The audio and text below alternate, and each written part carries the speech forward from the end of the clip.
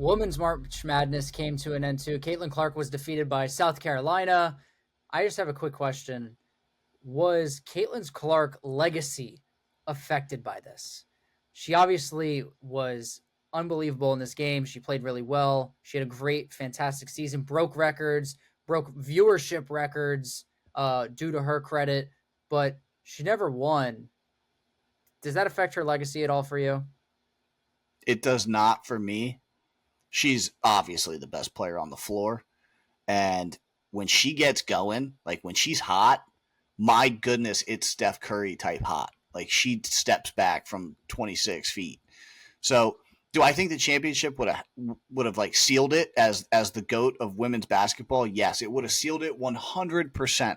I still think she's the GOAT. She has the points record. Um, so I don't think it's affected. She's the clear cut number one pick, and she's going to go tear it up in the WNBA too, and she's going to make ridiculous money in endorsements. Does it affect her legacy? Yes, I think it even just a little bit. Let's just say it that way. So tiny bit affects her legacy, but her legacy, you brought up the viewership numbers, Jedi. That's her legacy.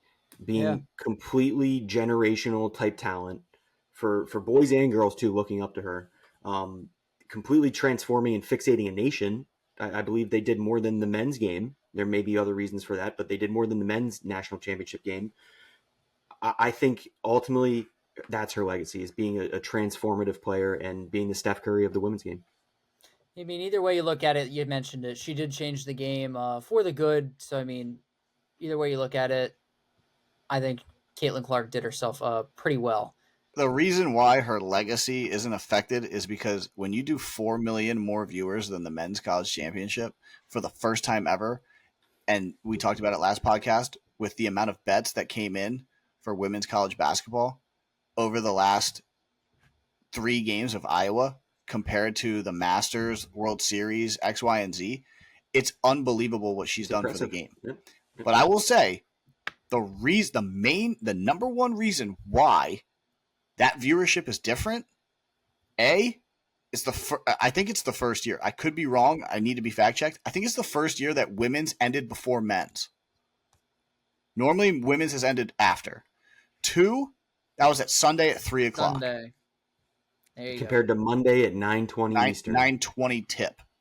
Right? Yep. So like that obviously affects it. And then not only to mention, you have the absolute all-time scorer versus an undefeated South Carolina team who is unbelievably good. I watched the entire game. I thought it was a really good basketball game. But final thought on college basketball. There was some guy that went back and watched Pistol Pete's Maravich's every single collegiate game. What he would average? What he would have averaged if the 3-point line existed. Dude, he would have averaged 55 points a game. I think it was over 50. Yep. That's absurd. Man. Yeah. Have you ever watched his highlights? It's unbelievable. He did not miss.